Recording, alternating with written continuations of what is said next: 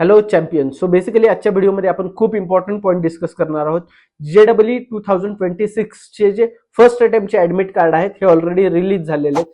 सध्याला 21, 22, 23 अँड 24 या दिवशी जे पेपर होणार आहेत, म्हणजे बेसिकली जो पेपर 1 होणार आहे याचे ऍडमिट कार्ड जे आहेत हे रिलीज झालेले आहेत. आणि जे पेपर 28 आणि 29 म्हणजे जो पेपर 2 आहे याचे ऍडमिट कार्ड अजून रिलीज झालेले नाहीयेत. बेसिकली ऍडमिट कार्ड तुम्ही NTA ऑफिशियल वेबसाईट वरून डाउनलोड करू शकता. वेबसाईट तुम्हाला रेफरन्ससाठी खाली डिस्क्रिप्शन मध्ये दिलेली आहे.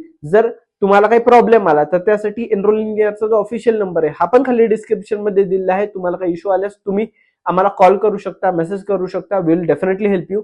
त्यासोबतच या ऍडमिट कार्ड मध्ये बेसिकली तुमची एक्झामची डेट कधी आहे, तुमचा एक्झामचा जो टायमिंग आहे हा मॉर्निंग शिफ्ट आहे की सेकंड शिफ्ट आहे हे त्याच्यावर मेन्शन असेल.